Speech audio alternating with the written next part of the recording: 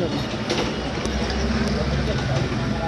Agenda ये है कि मैं सबसे पहले तो सब पब्लिक को और जितने भी मतलब वातावरण जो भी है सबको नमस्कार करता हूँ। मैं जयराम लाल आपसे कहना चाहता हूँ कि मैं यहाँ पे निर्दलीय उम्मीदवार खड़ा हो गया और इससे पहले मैंने पार्टी से लड़ा था, मुझे नहीं दिखाई दिया, पार्टी मुझे कोई समझ भी नहीं आया, इसलिए मैंने निर्दलीय खड़ा हो गया। और आप लोगों से विनम्र प्रार्थना है तो मुझे आप ये वोट देंगे। दूसरी बात, अगर कोई भी काम आपको पड़े तो अभी भी कर सकता हूँ और बाद में तो जब जीत जाऊँगा तो और करूँगा। आप लोगों को ये नहीं कहना पड़ेगा कि मतलब नेताजी को ढूंढने, नेताजी घर में अकेला बाहर गया हुआ। आपको ये नहीं कहना पड़ेगा मेरे परिवार से या कोई भी जहाँ भी रहूँगा मैं सिर्फ आपका काम करूँगा। और बाकी तो बहुत कुछ दिमाग में खड़ा हुआ, जब आप लोग जिताएंगे तो आप लोगों को समझ में आ जाएगा, लोग कहेगा कि क्षेत्र किसका है, ये नाम कौन है, इस भंडावली का कैसे नाम इतना बड़ा हो गया। और लक्ष्मीनगर विधानसभा को तो ऐसे सीट होगा जैसे किसान अपने बीज दे के जीता, पानी दे के। इस तरह से मैं लोगों की समस्या को हल करूँगा। और साथ में जितनी भी मेरी मतलब यहाँ पे सीवर का पानी बहता है, लेट्रिन का पानी बहता है, कोई मतलब कहने रोड नहीं है, लोग पब्लिक परेशान है। उसके बाद मैं आपसे ये भी कहना चाहूँगा, ठीक है मैं किसी पार्टी का नाम लेता हूँ नहीं, ठीक है थोड़ा सा यूनिट मतलब कहना उन्होंने छूट दिया। उसके बाद ये भी आप लोगों को बताना चाहता हूँ कि अगर 2 रुपया मतलब 200 यूनिट फ्री है तो आपका अगर 200 से 1 यूनिट ज़्यादा हो तो आपको चार्ज कर देना पड़ेगा। ये बहुत आय सब का दिमाग है, लोग समझता है कि 200 छूट हो गया क्या करें। हाँ जी, मैं आपसे कहता हूँ बहुत दिमागदार अफसर बैठा है, आय अफसर था, अब तो मैंने अंत नेता का ही बाप बन गया, बहुत बड़ा नेता, छोटा नेता नहीं है। उसके लिए मतलब अच्छे मोदी साहब ही घूम रहा उसके चक्कर में। मैं ये कहना चाहता हूँ, अपनी बात बता रहा हूँ कि मैं निर्दलीय से खड़ा हूँ। तो अगर आप लोगों को मैं अच्छा लगता हूँ तो मुझे वोट दीजिएगा, और नहीं अच्छा लगता हूँ तो जैसे वो भगवान का वैसे तो उसमें तो कोई दो रहे। और अच्छा जयराम जी, हम ये पूछना चाहते हैं, आज तक जितने भी नेता हैं सभी ये कहते हैं जीतने के बाद ये करेंगे, अगर 1% अगर हार जाते हैं तो आप जनता के लिए क्या करेंगे? क्योंकि जनता के काम देके हर समाज सेवक को करना चाहिए, उसमें आपका क्या विचार है? मेरा विचार है कि मैं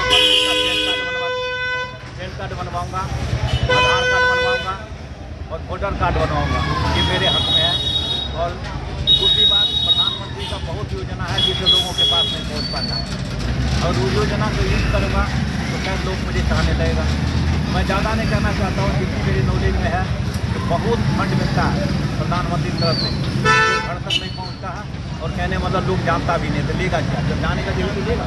इसलिए आपसे प्रार्थना करता हूँ कि मैं आप लोगों को वो भी जागरूक करूँगा।